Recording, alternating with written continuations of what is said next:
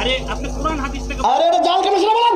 বেয়াদবের মতো কথা বলতে এটা আজকে আলোচনা হবে কিতাব থেকে। কিতাবের ব্যক্তি আছে। নবীর নাম মোহাম্মদ রাখার একটা কারণ হলো নবীর আম্মা আমেনা বলেন, আমার সন্তান পেটে আসার পরে আমি বড় আশ্চর্য আশ্চর্য ঘটনা দেখেছি, বড় আজীব আজীব জিনিস দেখেছি। কি দেখেছি?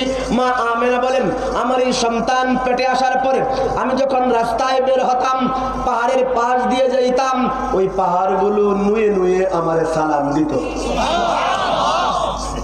যে কথাটা হাদিসের রেফারেন্স করেছেন কোনটা? যেটা বললেন সিরাতুল হালবিয়াতে আসছে। এটা সহিহ হাদিস আছে কিনা? হ্যাঁ, এটা সহিহ হাদিস। এটা সহিহ হাদিস না। কেন সহিহ হাদিস না? কেন জাল কেন বলেন আপনি?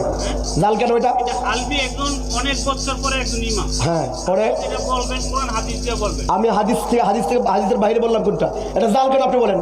আরে আপনি কোরআন হাদিস থেকে আরে এটা জাল কেন সেটা বলেন। বেয়াদবের মতো কথা বলতে থেকে বলেন। এটা